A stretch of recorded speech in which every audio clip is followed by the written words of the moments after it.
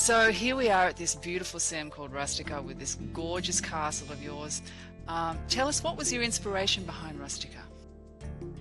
I did a lot of mild sedatives when I was a child, and it sort of stayed with me for the rest of my life. But no, honestly, it's a lot of influences. I played a lot of Dungeons and Dragons, and there's mixtures of that and the Grimm brothers fairy tales and a lot of fantasy novels like Stephen Donaldson and Tolkien and stuff like that I read throughout the years. I've always kind of really been into medieval architecture and armor and swords and castles and stuff too. So it's sort of a mixture of all of that, and throw in a dash of like Dr. Seuss and Tim Burton for good measure, and that's sort of what came out.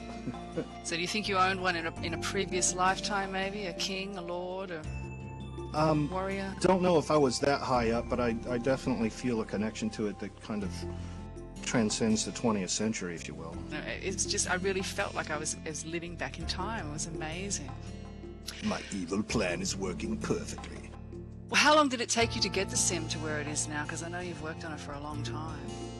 Well, the main castle sim, we got February 23rd, and I opened June 2nd, and in that time of about 3 months, I did just over 1,000 hours to build the castle sim. You know, it's never really finished. It's sort of an organic process where it's like always something changing and something taken away and something added. You know, I don't think it ever stops. Well, I know also you did a lot of your own sculptures for the project too, right? Yeah, about 99.9% of them here are mine, with the exception of the ones in the trees that I used from Botanical and a couple of window frames from Amnon Marvin. And tell us about this thing called baked textures for our viewers that might not know. Actually, I only have one piece in the entire both sims that's baked, and that's the big giant sculpty head that's at the entrance to the canyon of the main castle. What a baked texture is, it's basically applying a texture to a 3D object inside an outside, in an outside application like Maya or Studio Max or one of those, and then saving a version of that texture once it's been applied to the object with the lighting that you apply in that scene in the application. So you can set up lights and create dynamic shadows and things on the object, and then you bake the texture out, which is basically just saving it so that it retains those lights and shadows in the appropriate places. That's why when you have something like, you see a lot of clothes now, like shoes in particular, that are done with baked textures on them, like the boots that you've got on, where that lighting was rendered in an outside application and then brought into Second Life, and when you put that texture back on the sculpty, those shadows and highlights are in their right spots, in the right positions, just like they were in the outside app. Wow, well, it's just a gorgeous place. I really, really love it. Tell us about some of your furniture. You know, when I started to try and figure out what I wanted to do in Second Life, I saw so much stuff out there.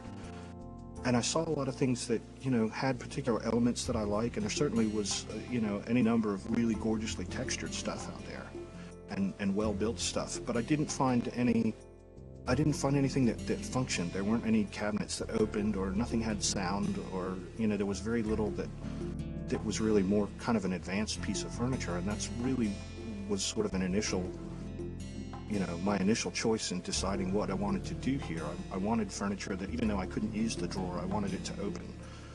You know, the cabinets needed to work, and the drapes, I wanted them to close and stuff like that. So I think that's one of my favorite things, is the richness of the colors that you use too. I'm a big fan of really vibrant colors, and I really love that.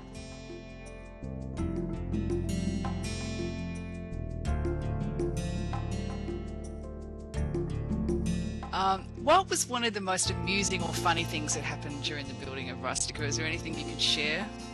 I do remember deleting parts of it accidentally, like big chunks of the castle suddenly being gone and going, oh my god, I need some sleep. A lot of the time when you have a business in Second Life, you're dealing with customers and you're dealing with people, and I wouldn't say that it's so much that you have an image that you have to worry about, because God help me if I ever get to the point where I feel like I have an image that I need to craft. Just shoot me then, please. But it's kind of like a freedom thing, you know. It's like, I'm flying around on my entire sim and nobody's here, and I get to be naked and I can just do whatever I want. It's a kind of a zen, get your hands in the dirt kind of mentality, I guess.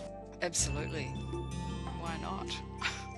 Well, here we are. We're actually on Laganmore now, aren't we? This is where our little tent is resident. If you're wondering why we're in a tent, this is one of Max's creations.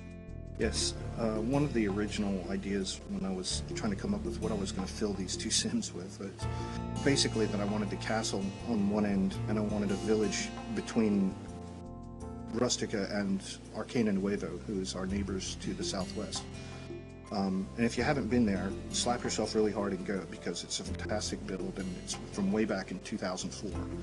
Angelica is just a prim goddess. She's amazing. But I wanted to build something here that was sort of, rather than just provide furniture as a market, I wanted to also be able to allow people to sort of have a house, or, you know, kind of, in a way, take a little piece of Rustica home with them. You know, something that they could put furniture in and have the house as well. Well, thanks for showing us Rustica, Max, and talking to me today. I urge everyone out there, do yourselves a favor, go and see this place. It's really incredible. You might just find something really special for your house, or walk away with a castle. We'll be right back.